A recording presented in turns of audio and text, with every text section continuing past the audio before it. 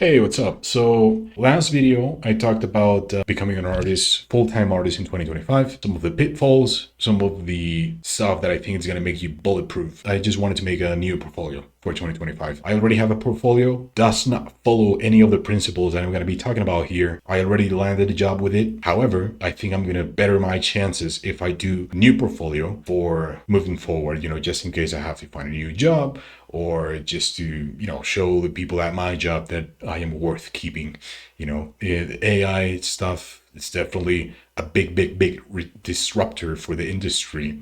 And the skills that you have as a designer are going to be mostly based on your problem solving skills and your way of thinking about design, and not so much about just being able to draw pretty pictures. Now, full disclosure, I did not get this on my own with my big brain. I got a lot of this information from a mentorship that I'm taking right now with Fowler. He is the founder and owner of DPS, or the Digital Painting Studio. And also, a lot of this I got from Timothee Mathon. Some of this is going to be just a one-to-one copy from Timothee Mathon. So credit where credit's due. If you can afford his mentorship, go for it. You should apply to it. I've seen people get incredible value from it. I personally did not take the mentorship just because it was a little bit out of my price range, to be perfectly honest with you. And I just got a lot of information from his free tutorials and just the stuff that he shows online on his YouTube channel. So I did not consider it a necessity for me, to be honest. Let me just jump right in. What is this document full of pages and pages of shit? This is my plan. This is my game plan, my blueprint for my 2025 portfolio.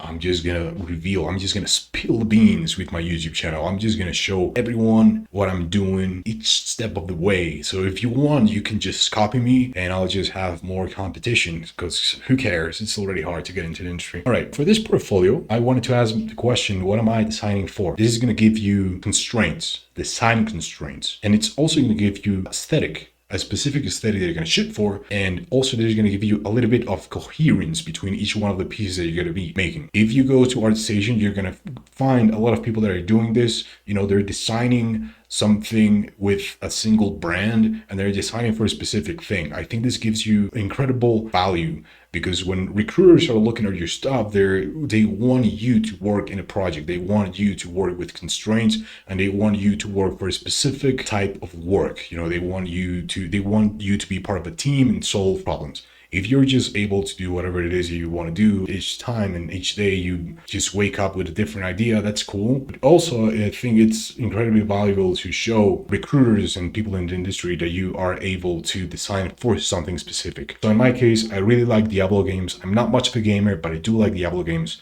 and I wanted to design something around, like that. So this is for a Diablo game, and I'm gonna add a little bit of a twist to it, which is gonna be my cultural background, because why not? South American history, a little bit of Mesoamerican stuff, Andean culture, which is very specific to Ecuador, the place that I live in. And the way to do this effectively is you take something that is already familiar to everybody, like a very popular story, like Robin Hood or Moby Dick. And in my case, I chose Dante Alighieri's The Divine Comedy. I'm sorry if I mispronounced that name. You just take an IP that is already popular, already proven, and then you add a little bit of a visual taste to it, your personal flavor. You can show people that you have creativity, but also you do not challenge them too much, so as they look at your stuff and they go like, what the fuck am I looking at? Because that's a problem that's going to happen with most of creatives, that they just go all in on creating a new IP from the ground up that has an extreme lore, and people are going to get a little bit overwhelmed. So if you do it this way, it's very much more approachable, and you can show that you can improve upon an idea that's already given to you. All right, so if you want, you can pause the video and you can look at all the blah blah blah that I have right here. I'm not gonna go over it because it's a lot of material. But if you're interested in it, you can just take a look, and you're gonna understand a little bit better what is it that I'm talking about. So I have a plan, which is to do 9 to 12 pieces, which is fine, I think, for a concept art portfolio. And I want to showcase my ability ability designing all of this: a boss, a mini boss, a monster, an optional boss, a player class, and an NPC. All of these are the types of characters that you would find in a top-down RPG or a Diablo game. And also I want to showcase my ability to design all of these core roles: a tank, a bruiser, an assassin, a caster, summoner, a boss, and a minion. This is sort of like the archetypes that you're going to be I'm going to be basing my characters on, so that I have a little bit of a way to guide each one of my designs. So this, I also want to show people that I can work on time constraints. I think that is extremely important when you're an artist, because if you're an artist, there is really no end to how much you can render a single piece. It's not uncommon for people that start a study and they just spend the entire day on that study, and then the entire week, and then the entire month. And you just keep rendering and you become like a perfectionist. This piece needs to be the best piece ever. And that's a risk for all of us. So I want to avoid that. And I'm just going to take accountability with this YouTube channel. I'm just going to be sharing, this is the plan. This is the time constraint that I'm going to have for each one of these pieces. And ideally, I want to take 2 weeks for each one of the pieces. Now, I'm going to distribute this 2 weeks so as to show my abilities to do a lot of stuff that encapsulates pre-production. So day 1 is going to be research and reference gathering. Day 2, 3, and 4 is going to be sketching 6 wildly different concepts. That is silhouette, gesture exploration, and narrative element fixation. This is a lot of blah, blah, blah, but it just means I'm just going to be using shape language and a little bit of sketching so as to show archetypes, big archetypes. Is this guy evil? Is this guy big? Is this guy small? Is this guy meek? Stuff like that. After that, I'm going to do a second iteration on the sketches that are successful in this part. And I'm going to be focusing on smaller storytelling elements. So for example, if you have a character that is, I don't know, a pirate, you can iterate on smaller elements, like for example, an eye patch, or maybe he has a parrot or a wooden leg, stuff like that. After that, I should have enough stuff or enough exploration so as to do a final design. I'm going to take 2 days to decide on a final design. And after that, I'm going to be doing turnarounds and callouts, the back view, exploring materials, close-ups, maybe his face, stuff like that. Day 12, dynamic poses. So to put the character on the scene doing stuff. And finally, polished illustration, just to showcase a little bit of technical ability. So 2 weeks, character every 2 weeks. So ideally, 2 characters per month. I'm sure there are some weeks that I'm going to be able to do this. There are some months that I'm going to fall back a little bit. Nothing's perfect. Whenever you do a plan, things go right, things go wrong. This life happens.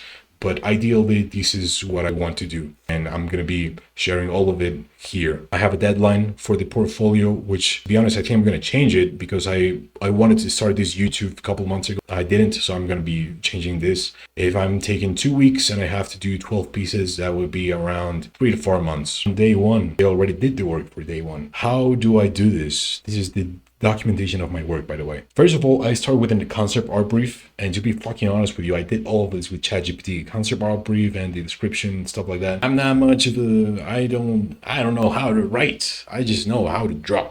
So all this stuff, ChatGPT helped me, sue me, I don't care. So this is my brief, and you get on the job briefs like that all the time. This is sort of like the blueprint that you're going to be using in order to design the character effectively. I get a concept art brief. Basically, this is just like an undead warrior, an undead bruiser. You can pause the video if you want to take a look at this in more detail, but overall, that's the gist of it. Just an undead warrior. And you have something that's a little bit more entertaining, just like a goal, a desire. This is something that's good enough to put on ArtStation, like with quote marks and stuff like that. This is just gonna entertainment value. And then I move on to the brainstorming process. With all of the information that I have right here, I go into fundamental versus non-fundamental attributes. This, again, I got this from Timothee Mathon. It's extremely fucking helpful. If you break down into fundamentals and non-fundamentals, then the iteration process for the sketches is going to be way easier because you have something to shoot for. In this case, the fundamentals is that he's an undead warrior, and he's also a little bit of a religious figure because there's a little bit of like magic and mystique involved into it. And then you have all of these attributes that are going to be non-fundamentals. With these fundamentals and non-fundamentals, you can look at the core elements and variants of those elements. So these are going to be the archetypes that you are going to be exploring. So this particular character is going to be a warrior, a general, and a priest. And between these three archetypes, you can have half and half archetypes. So for example, a priest warrior, a general who's also a warrior, or a priest who's also a general. And this was also common in South American culture, you know, priests, generals, and warriors at the same time, just because religious figures might go to war. And sometimes the generals were giving that authority by religious authority. So, you know, mixing a little bit of historical inspiration into it. After that, I break down all of the archetypes into visual cues or visual attributes. So, for example, a warrior is going to be muscular, is going to be tattooed, is going to have bulky gear, stuff like a sword, an axe, bags, stuff like that. A priest, he's old, lanky, long hair, bare feet, incense, staffs, general, middle-aged, mediator between worlds, feathered cloaks, lots of armor. A lot of this is also get inspired by the research that you do. In my case, I did a lot of research onto how these cultures perceived all of these people and how they dressed, how they presented themselves into this world. So a lot of this stuff is very culturally specific, and it's going to serve you good once you're doing the drawing. So for example, I noticed that the generals had a lot of these geometric motifs in the patterns of their tunic or their unku. Then you move on to reference gathering. So this is sort of like the mood boards, essentially. And I like to differentiate between reference images, which are going to be stuff that I can draw one-to-one, you know, stuff that I can literally fucking copy, and then inspiration images, which might be works of art, interpretations of reality from other artists, or just movies, or just something that gave you a mood, like a video game itself. In my case, because I'm designing for Diablo 3, I get inspiration from the Barbarian class from Diablo for the warrior, you know, stuff like that. And all of this is just historical clothing from actual warriors in pre-Incan, and Mesoamerican cultures. Same with the priests, Frank Frazetta, his other artists, Francis Bacon, and Lord of the Rings, that Mel Gibson movie, Apocalypto, and Gerald Brom. So this mood. And then we have stuff from the Incan Empire, and stuff from the Aztecs, and this is pre-Incan stuff that they did with the heads and stuff like that. Same for the general. A lot of these are from pre-Incan, the Oche War emblem, and then inspiration images from movies that I liked, like Lord of the Rings, 300, that's it. So with all of these in mind, I have enough to start drawing. All right, so that's it for this week, guys. I hope you got something of value from this. Like I said before, I'm going to be showing my process. Some of the videos are going to be a little bit choppy, a little bit content heavy, a little bit entertaining. That's it. Next week, I'm going to be showing how I put all of this information into work with my first sketches and my final design. So if you want to look at that, I'll see you guys next week. Ciao.